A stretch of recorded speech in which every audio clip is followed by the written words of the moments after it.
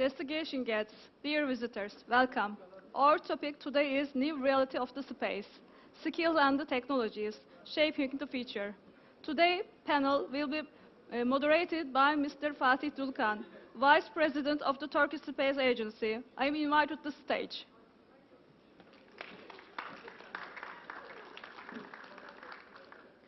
And joining the discussion, Dr. Maria Chiara Noto, Deputy Director of International Affairs, the Italian Space Agency. I am invited to the stage. And Dr. Jiang Hui, Secretary General of the Asia Pacific Space Cooperation Organization. I am invited to the stage. Welcome. And Ms. Tomasina Garza, Senior Director and the International Market at Exxon Space. I am invited to the stage.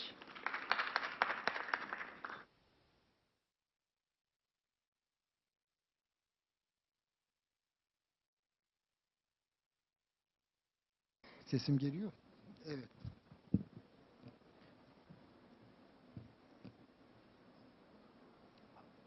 Good afternoon, valuable colleagues and distinguished guests. Welcome to South 2026. It's a great pleasure to see such a strong turnout today. It's my honor to moderate this discussion. I am Fatih Dulkan, the Vice President of the Turkish Space Agency.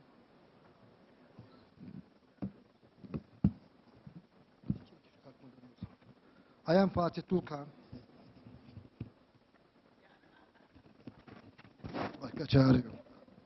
I am Fatih Dulkan, Vice President of Turkish Space Agency, and we are honored to join by three distinguished guests. Yes, we are living not so comfortable. We are living through a fundamental shift. Space is no longer defined solely by exploration and national prestige. It's increasingly about infrastructure, connectivity, data, and measurable economic value. What was once the domain of a few government or state actors has evolved into a dynamic multi-actor system. I mean ecosystem, where governments, private companies, academia and international organizations all play a critical role. From next generation launch systems to advanced materials, from satellite constellations to artificial intelligence, the pace of change is not only accelerating, it is redefining the rules of the sector. But with this transformation comes an important question.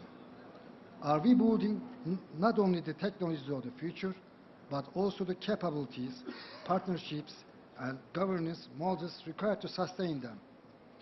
This is precisely we aim to explore today. This panel will focus on what is driving this transformation, what defines the new reality, and which skills will be needed to keep pace with it. We have three distinguished guests joining me on this panel today. I would like to welcome them again, please. I would now like to briefly introduce our panelists to you. The first panelist, Ms. Maria Chiara Noto.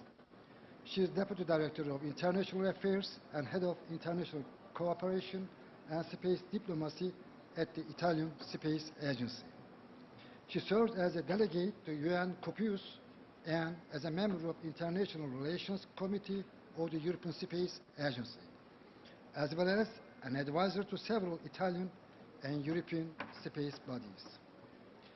Now we come to the second panelist, Ms. Jiang Hui. Am I pronouncing right? Okay, no problem. A senior engineer, or a space engineer, and PhD in economics, served as a Secretary General of APSCO, Asian Pacific Space Cooperation. Prior to her appointment, Ms. Jiang Hui served as the Counselor of the Embassy of the People's Republic of China in the Russian Federation and the representative of China National Space Administration, CNSI. In the Russian Federation, she worked in CNSA as a division director of international department from February 2011 to July 2022.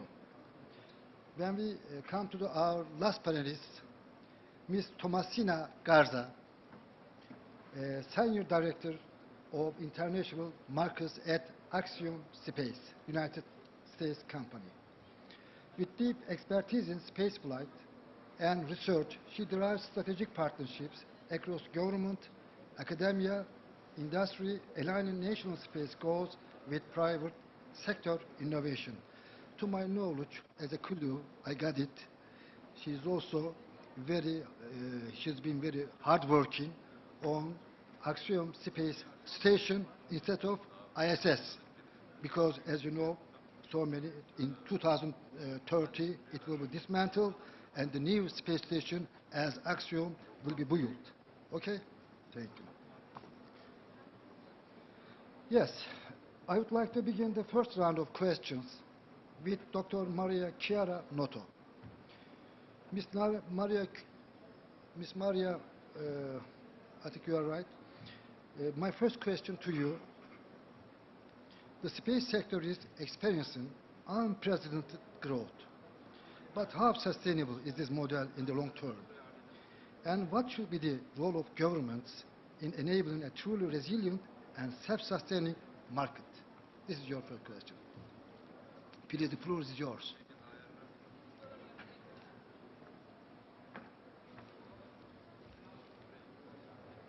Okay. Thank you for your question, and let me first thank to the organizers of SAA Expo for inviting me, and congratulations for the excellent work. It's a very remarkable exhibition, so thank you again.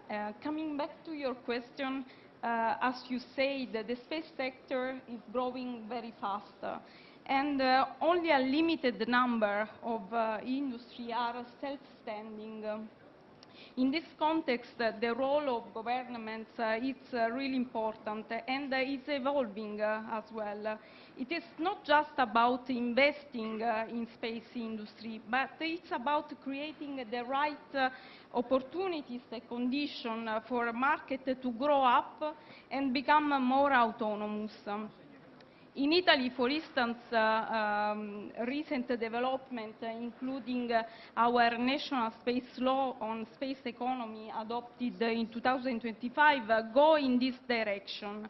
They aim both to support small, medium enterprises and startups, as well as enable private actors to carry out space activities within a clear and very comfortable regulatory framework. Institutions such as the Italian Space Agency, which I represent here today, play a key role in this process, ensuring authorization and oversighting space activities, which are essential to build trust and attract investment. From our experience, space programs such as Cosmos Skymed, which is an Italian Earth observation satellite constellation, clearly show the strategic value of satellite data. This is an example, because in emergency management or environmental monitoring, it's very important, and it is a typical services used by public institutions. A strong and stable institutional demand at the national level can play a key role in order to enable operators to develop capabilities and compete in international markets, selling data or service abroad. In conclusion, sustainability is not about reducing the role of public sector in space, but about using it strategically to build a market that can stand and compete internationally. So, thank you very much. In short, you mean from the state governance, it transforms into a multi-ecosystem, you mean. Okay. Ms. Jiang Hui, my next question is for you. how would you define the concept of the new reality of space in the context of your organization? And what do you think will be the key competencies that shape the future? This is your question.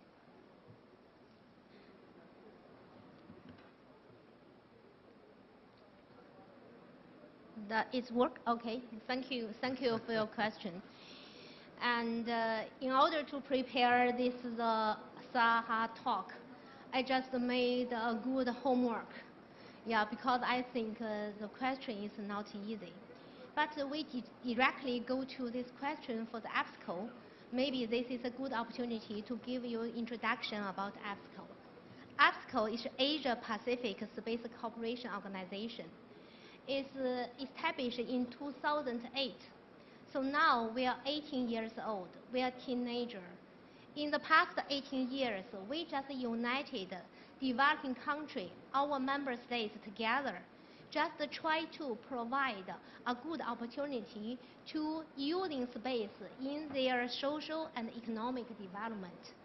So if we talk about the new reality of space, I just want to mention that last year I just take over this role of APSCO Secretary General. I just ask myself a question: why 18 years ago the 8 member states sit together and to form this space agency? Yeah, I'm asking myself for many times, because every country just think space technology is a tool can help their country to develop their social and economic development. It's very important. But how to make use of the space technology? So if we just see this new reality of space, I must to say, the world is changing rapidly. We are so different. In the past 18 years, the space technology developed so fast. Just became this Secretary General. When I come back from Russia, because I just ran the consular in Russian space Chinese embassy, right? I come back to China. I noticed that the changing rapidly, and we just found there are so many opportunities for developing country. So skills and technology is very important for every country. So we must to say we are 8 member states, including Bangladesh, China, Iran, Mongolia, Pakistan, Peru, Thailand, and Turkey. We also have Indonesia is our signature member. Egypt applying for our associate member. We have observer and 2 countries and 2 international organizations. So when you hear this name, what's the picture in your mind? We are so different. We are different in the economic development. We are different in the space technology. But why we sit together? Because we find the value of space technology we should make use of. But when we talk about this, the new reality, and in the past 18 years, we have the best practice, provide the platform for the developing country to cooperate in high tech. I don't want to say some achievements. I just want to say some the lessons. Because when I became this SG, they told me a story. In order to just introduce space technology to our member states. So thanks to our member states, China just make a good contribution to build a data sharing service platform. So that means they can provide 1,000 images for each member state for free, and to let you use the data and to resolve your problem. But when we established the platform, no one used this technology. So we are very curious why this is a high tech is so good. Why not use that? I just think there is a big gap between what you want and what you provide. So sometimes maybe the space technology is far away from you. Maybe you just make use of current technology in your country. But you know, when we just bring this satellite data into our member states, they should learn to how to use that. So in the obstacles try, we just send our expert team to the member states one by one, let them to know the value of the satellite data. At the same time, we not only just to provide data, we just find some mechanism to help our member states to use the data. We launched one country, one project in our member states. So they just using the money just to find there is a real problem and using the data to resolve the problem. So it's very successful. So this is just the example. We bring some technology into our member states. So we need to bridge the gaps between what they can get and what they want. So this is just the past practice. We learn a lot from that. When we face this current situation, and the world is changing every day, I noticed that with the development of the space technology, with the development of ICT and some chip technology, and the threshold of space technology is decreased. So that means our developing countries have more opportunity to access to space technology. So how to do that? So just find what exactly the member states needs and put the needs together, find the common interest and to launch some of the project. So you know, and if we talk about the space technology, at the very beginning, I think, in the obstacle platform, we can only do application. Because our member states know so many the satellites, the application is more important. Yes, it is right. But at the same time, I noticed in obstacles platform, we just lead our member states to access the lunar exploration. Because we just using capacity building, using the platform to provide some of the basic information, basic knowledge to our member states. And we also to connecting China, member states China, they have lunar exploration. We just to establish a good environment to our member states, let them to know what exactly opportunity for them. And it will be surprised. Member states very interested in the lunar exploration. So that means space science is not very far away from the developing country. If you find a good the connection with them, they can follow. Because each member state want to make their contribution to the international community. So if we see this the new reality of space, there are so many opportunities for the developing country. Whenever you are technology good or not, but if you want to use, there are so many challenges, so many channels to access space technology. Just use that. Then to develop yourself, making some of the international organization just like EBSCO, and just using this capacity building and to help you to build your the ecosystem. I like the very beginning you mentioned that the ecosystem. The ecosystem, so maybe we can start from the application, then we can increase our some of the space technology and to build our space capacity building. So maybe this is very important. I just want to give the story to share our experience and lessons. Thank you. Thank you, Ms. Jian Kui. You well mentioned about the OPSCO and its contributions on the space transformation from the technologies, getting to the ecosystem, and getting to the lunar system so far. Thank you very much. Now, Ms. Thomas Garcia. My final question in this round will be for you. Within the framework of the new reality of space, considering the increase in technological capacity and multi-actor landscape, will international cooperation or competition be the more decisive factor for your company or for you? Thank you. So right now we're in the transition from government to government part of space. Now it's transitioning more to B2B and even G2B. Axiom Space has our human spaceflight history, which you would see a lot of our government to government on the bigger aspect, but also to a lot of supporting B2B in that sustainability within those governments. So it's not a matter of cooperation versus competition. In my perspective, they go hand in hand. Your competition, it increases output.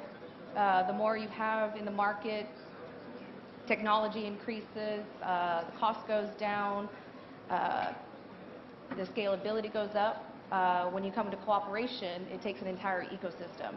It's not one part of the government or one part of the industry that can sustain it all. It really takes the entire ecosystem, even to the universities and institutes, to support that. A lot of times we're seeing the workforce development being a major factor for some of these governments to drive and invest in having that established relationship. So overall in the ecosystem, it takes all parts and even across borders, because some of the collaborations can go faster together. For example, our University Alliance, it's bringing our global network around microgravity research. Let's say they're doing stem cell research in Saudi Arabia. Maybe Stanford in the United States also is doing stem cell research. Through this University Alliance program that Axiom has, it unites them to be able to go faster together, focus on the same goal without the borders or government policies within that country creating barriers. And so their transition to more of the commercial is going to open a lot of opportunities and create a competitive, cohesive market, in my opinion. Thank you very much. As a famous private company in the United States, you emphasize the importance of the market and also the collaborations for research with so many companies and countries like Saudi Arabia and the others you mentioned. You believe it is maybe the ecosystem, maybe get an ecosystem and establish the market, I Yes. believe. Yeah, Yes. thank you very much your answer. Yeah, we have finished the first round of our panel. I thank our guests for their answers. I thank you for their answers. I'd like to thank. Now we can move on to the second round without further delay. We are starting the second round of the panel. My first question will be for Dr. Maria Chiara Noto. As cooperation and competition become increasingly intertwined in the space sector, how we can maintain strong international partnerships, including with emerging space actors such as Turkish Space Agency, and while also ensuring that the collaboration remains effective and sustainable in the long term. What is your... Thank you for your question. I believe we are in a time no longer where competition and cooperation are alternatives. Today they coexist. And space has always been a domain of cooperation between states, and this is remain essential also today. If we look at the International Space Station, it's a powerful example of what countries can achieve together.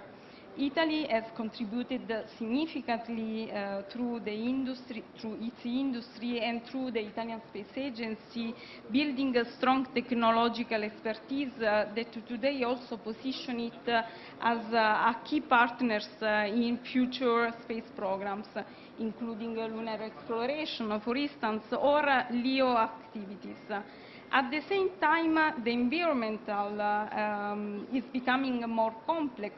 It's evident considering the geopolitical actual situation. The same technologies can serve both civilian and for secure purposes.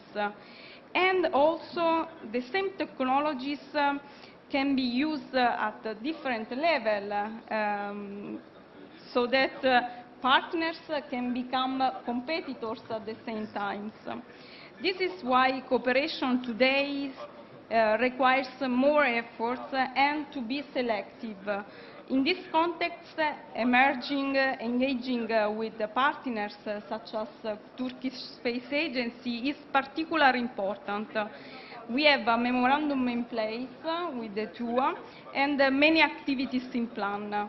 Countries like Turkey are developing strong capabilities and can play a meaningful role in shaping a more diverse and resilient space ecosystem.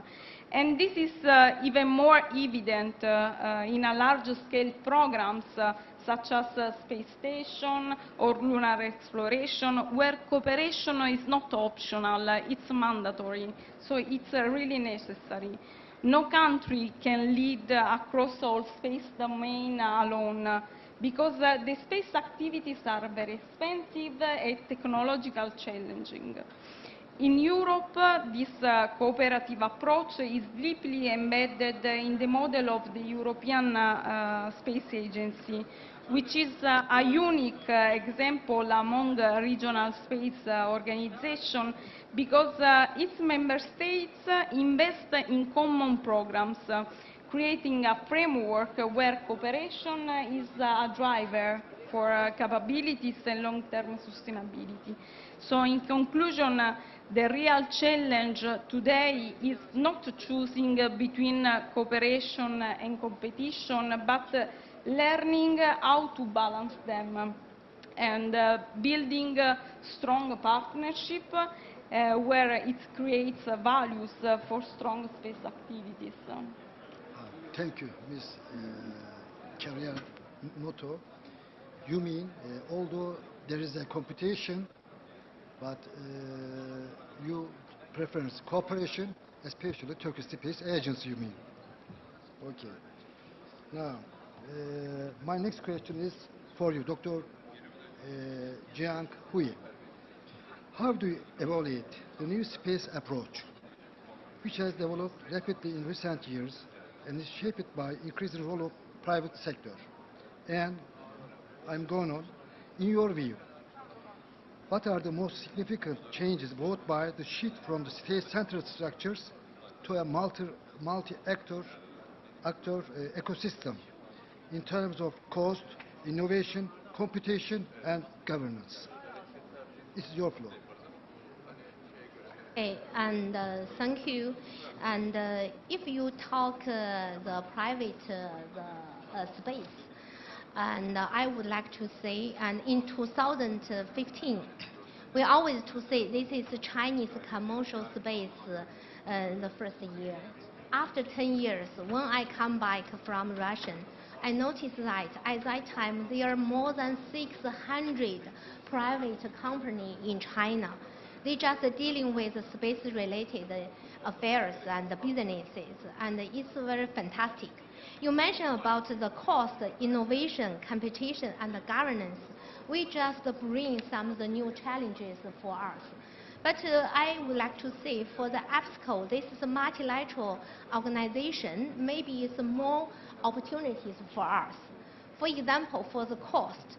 And 10 years ago, EPSCO would like to launch some of the small multi-mission and satellite program. But at that time, the technology is very difficult for all the member states, and the cost is very high.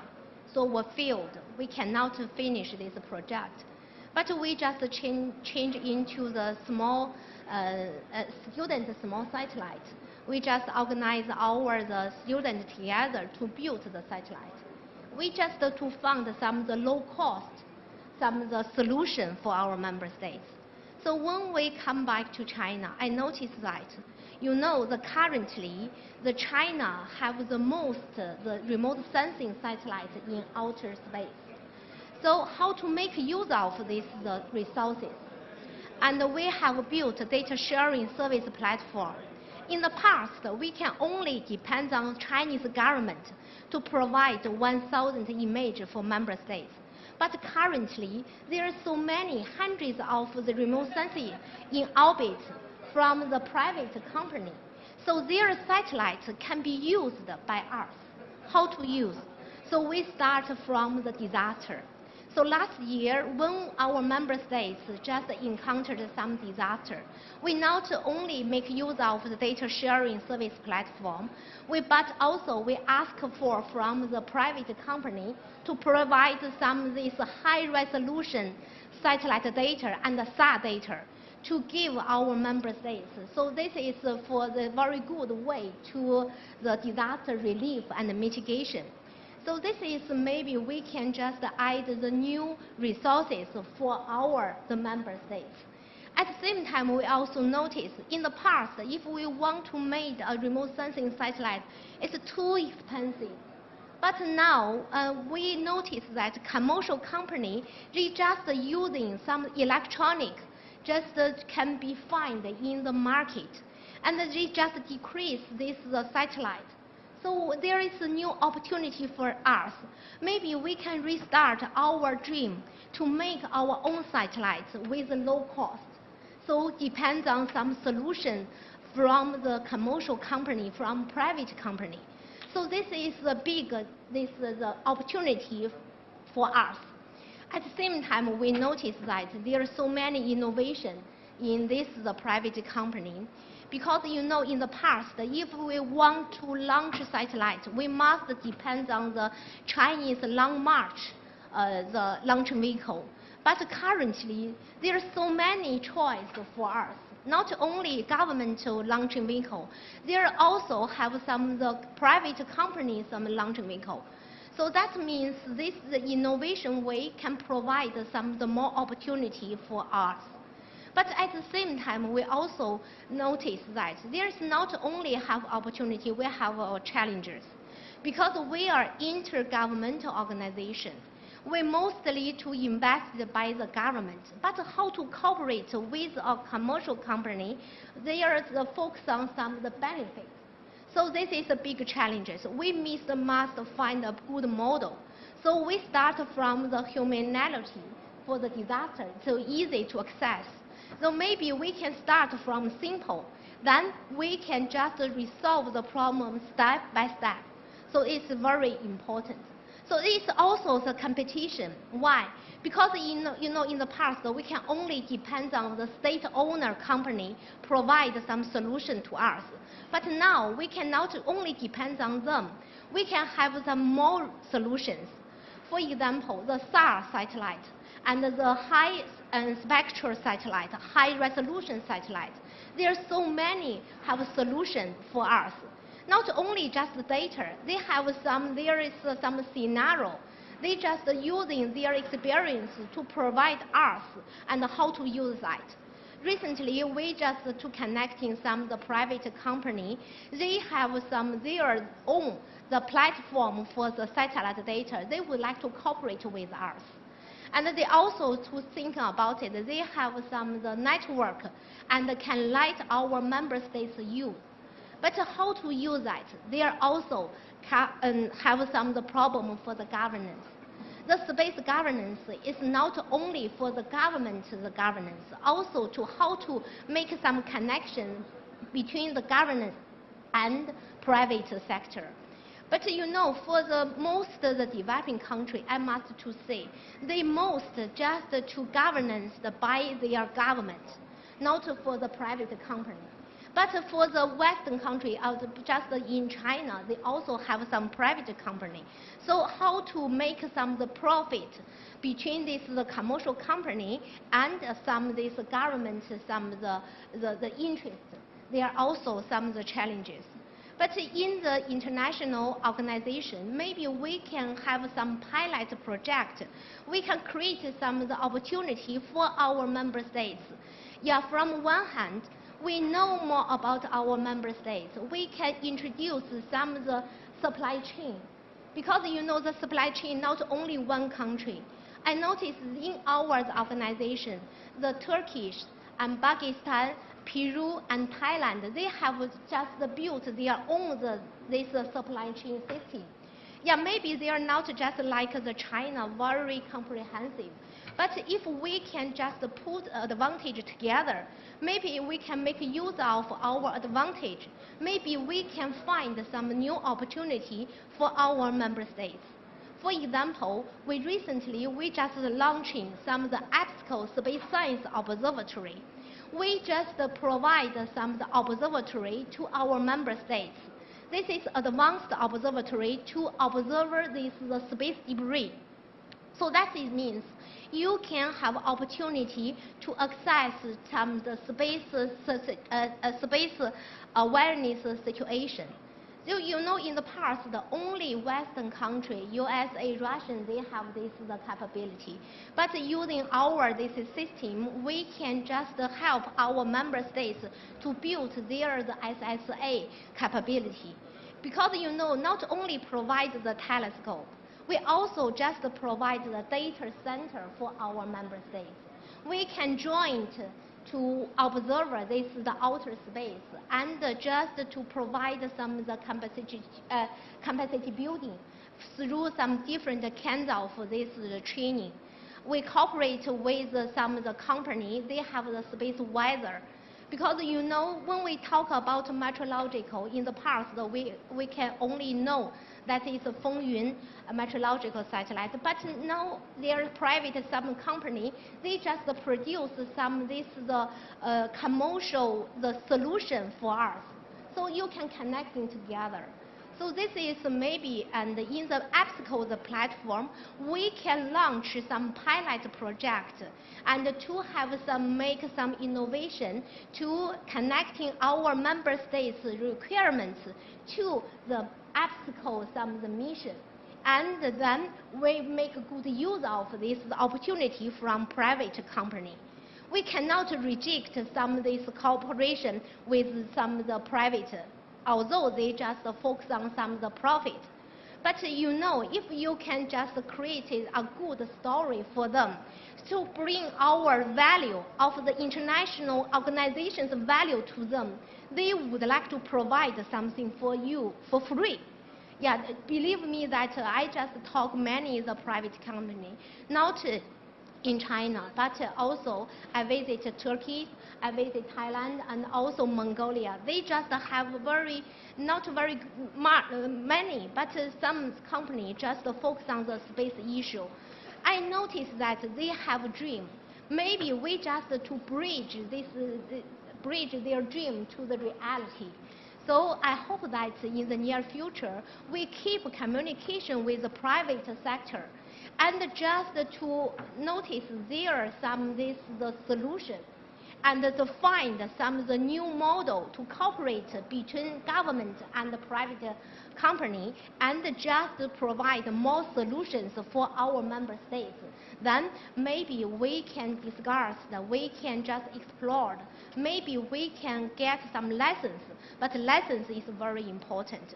Maybe we cannot expect every try you can success, but if you can bear this some kind of the failure, maybe it's not the failure, this is just the process to the success, and maybe you can find some of the new window for our member states, especially low cost, more choice for our member states. So welcome some of the private company and welcome some of the more competitive, constructive solutions from the private sector. Okay, Thank you. Ms. Jiang Hui.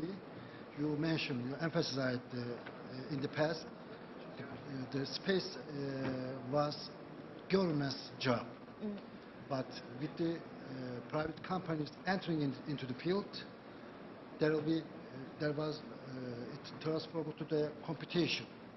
By this competition, the cost levels decreased, innovation increased, and manufacturing increased in a very precise way.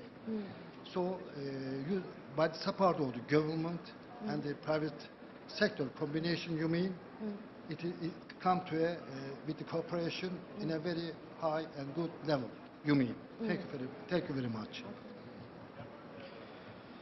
Yes, I'll ask the final question of our fellow Ms. Tomasina Garza. The space economy is projected to reach $1.8 trillion by 2035. What is your organization's perspective on this growing market, Furthermore, how do you position your organization, yourself, within this expanding space economy? First, I'd like to highlight that it's not so much about the dollar amount, but the value that is created along the way, because that's where it can really expand the market past the 1.8 trillion.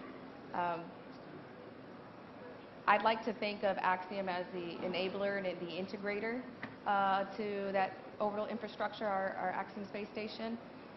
I like to use our human space flight as the example because it covers all platforms from funding to resource enablement to across the sector of what that mission entails. Everybody remembers and notices the astronauts, but I like to highlight the behind the curtain workers, such as the researchers, the program managers who integrate the mission, and a lot of our customers who have flown in these past missions haven't had that close access to that hands-on training.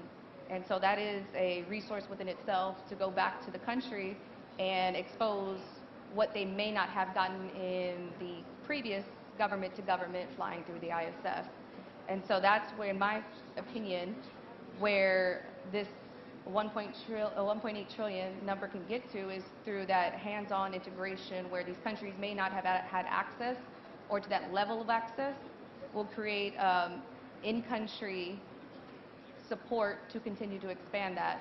And when they fly on these missions, they see directly of flight operations, station integration, astronaut training, and so they're able to go back into their country and say, we did XYZ research, we see a viable over X amount of years to get a return on that. Let's figure out a pathway to have first rights on Axiom Station for priority. Because as we're building out that market of demand for Axiom Station, those partners who get in now will have that established pipeline to develop and have mature research once Axiom Station is established. So that's how I like to tell the story of how it eventually gets to the 1.8 trillion. And it also goes back to what I said previously about the ecosystem development and cross-border collaboration. Because at the end of the day, it is going to be a cooperative space station where you're all working together. It's one team, one unity. But yeah, it's truly in the value that comes out for that 1.8 trillion. Because in my opinion, that's a kind of low number. As much as I've seen from the past 4 missions that we've done, and we have our 5th one coming up, the amount of demand just from those customers within itself, but also too from the research aspect of what we've done. It's over 200-something experiments conducted in those 4 missions, and a lot of them are reoccurring customers because they see the advantage of continuing to fly, and that's what's important to get to that value of 1.8 trillion. Thank you, Ms. Garcia. So you expressed as a private company, you make expenses on research, but you as a private company aim to get revenue from that. So you position yourself in that transformation, I believe. Thank you. Okay, thank you to our panelists for these insightful contributions. Today's discussion has made one thing clear. The new reality of space is not defined by technology alone. It's shaped at the intersection of the policy, economics, and most importantly, partnership.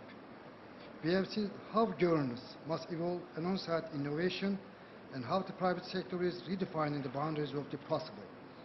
However, the key takeaway remains the future of the space depends on our ability to collaborate across the borders and invest in the human capital necessary to sustain the ecosystem.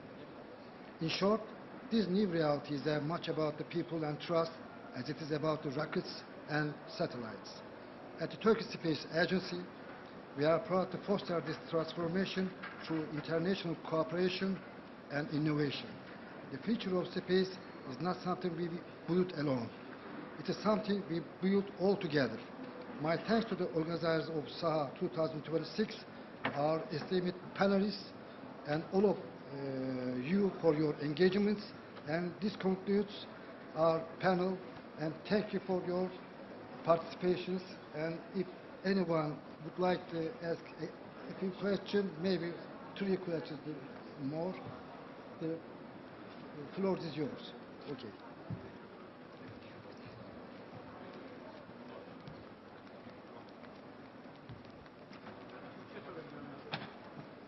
Okay.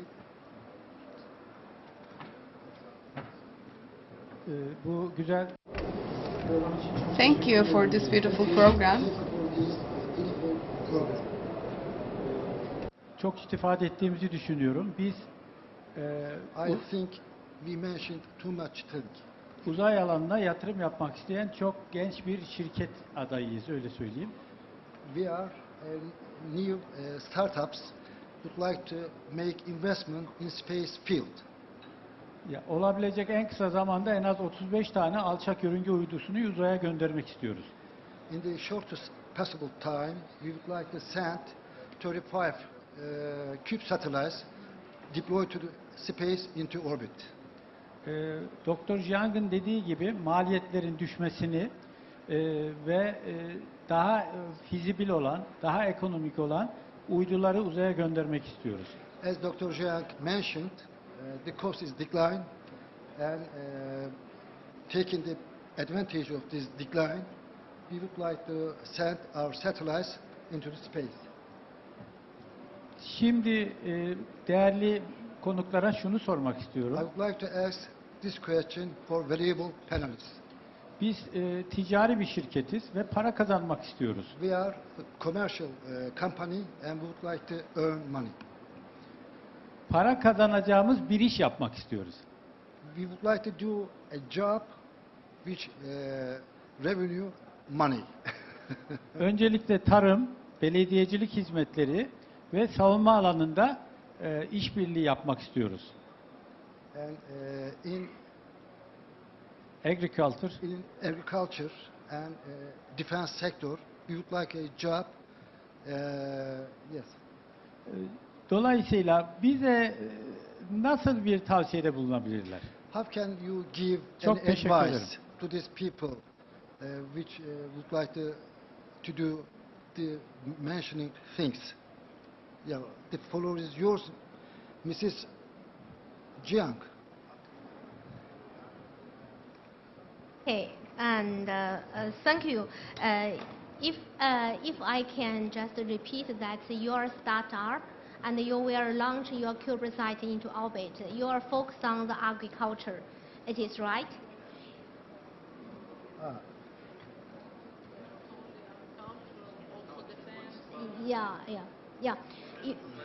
Yeah. You know, and for the obstacle, we focus on the peaceful use. We never touch of some defense something. But you know, I like the ecosystem. I noticed that although just because I'm working in Chinese space industry almost nearly 30 years, I noticed that we need to train some end user. You know, only space technology can be understood by the space agency. It's not enough. You must to have end user. The end user, if they have the good understanding for the satellite data, then they request for this space agency to provide more data. So this is very good the circle for this the space development. So you know, and we just thinking about because we focus on provide some of the data to member states using our data sharing service platform.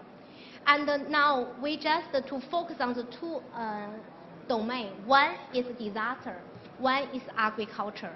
Because disaster is a very difficult situation for all the member states.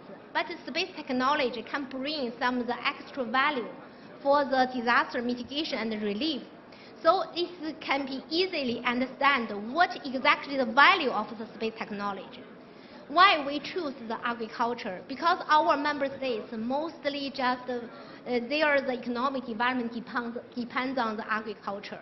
And we also not only using the remote sensing, we think in the near future we will just provide integrated solution just including the space communication, space navigation, and the space remote sensing. Just to integrate together, you can provide a good solution. You know, I remember last year I just visited some of the institutions in China. They just gave me some of this scenario, how to use the navigation system plus the remote sensing in some of the remote area to foster their agriculture. So this is very fantastic practice. We just hope that they can conclude their some of the solution and provide to others. And maybe at the very beginning, we just copy this model and then just to introduce your business to this area. You know, at the very beginning, if you want to make use of the international organization, maybe at the very beginning, you can provide some of the product for free. Let them to test your technology has their value. And in the near future, and there is a partner will just follow up to cooperation with you. So at the very beginning, if you let them to know you, they cannot believe you. But you know, we are intergovernmental organization because we know more about space technology.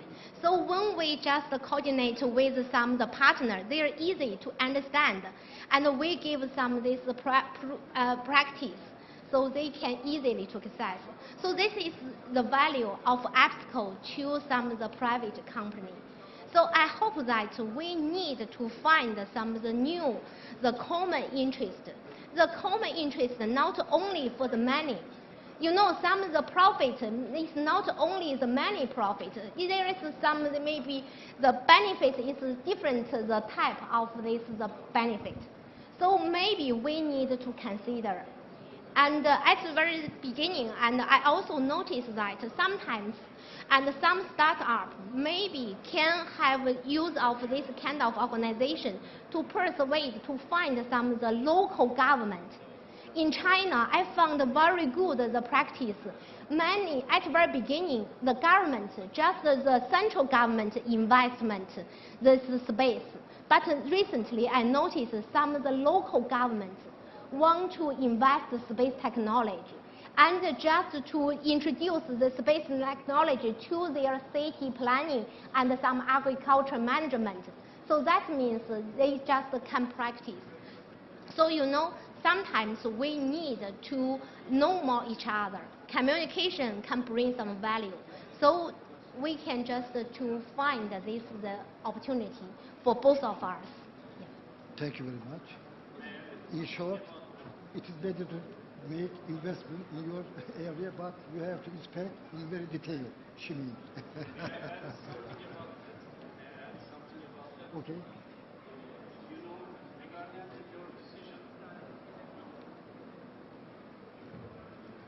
Regarding to your decision, Turkish Space Agency will be hosting international conference on remote sensing for agriculture by next year in Istanbul. Yes. Yes.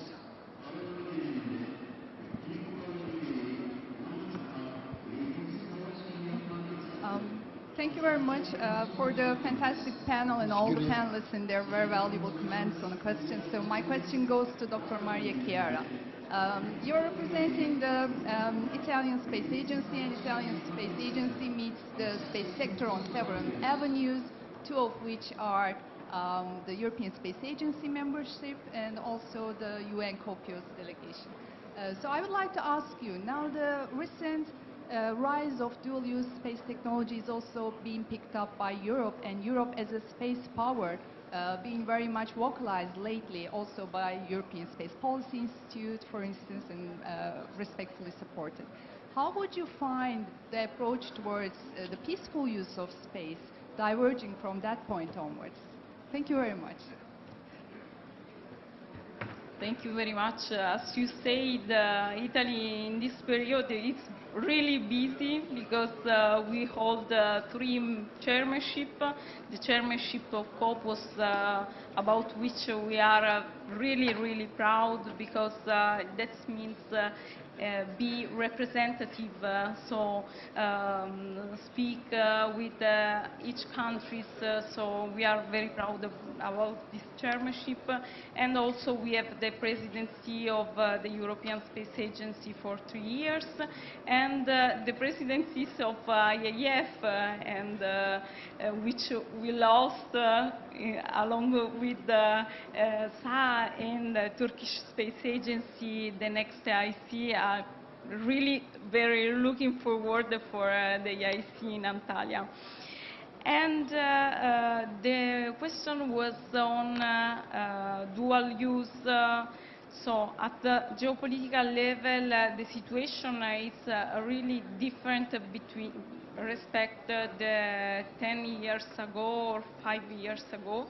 So technologies goes versus defense and dual use. Also, the European Space Agency goes in this direction. The European Union try to understand, to support their member states and reinforce on the part of defense, which is a domain of competence of member states, not the European Union. So it's not easy, but cooperation and dialogue is the first step, and having two different but very important forums like the European Space Agency and the European Union, it's important to create the common ground between states and try to affront, to manage the new challenge. Thank you, Ms. Maria. I think we exceed the time allocated to us, so I have to close this panel session in that time interval. So thank you very much for your participation.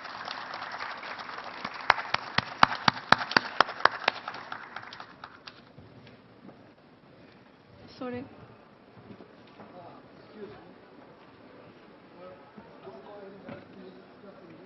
Just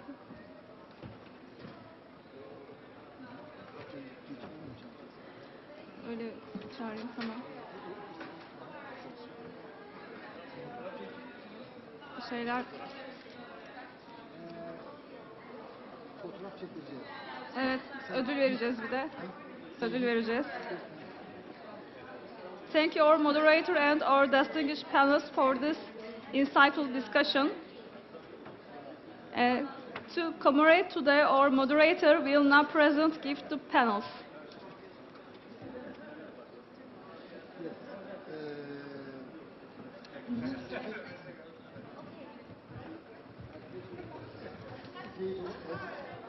Ben size takdim edeyim. Kime veriyorum önce? Sırayla veriyorum değil mi? Evet, lütfen.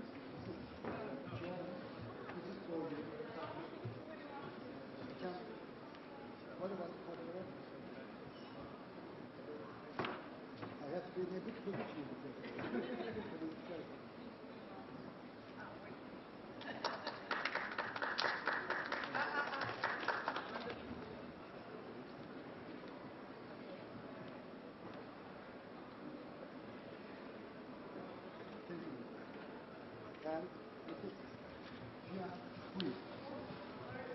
This is your very well. Jian and you the basic color, you know.